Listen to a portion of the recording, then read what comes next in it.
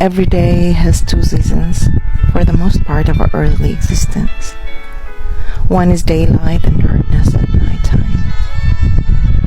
Each daylight is our opportunity to invest our energy on things that matters to us, while each night is a season to recharge, and supposedly by nature put everyone even. That's why it's evening, a balancing time, a time to recharge the lost energy during the day, a time to bear and regrow, just like seeds when it's sown.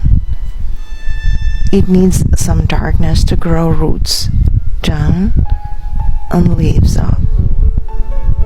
So are nights for me and you.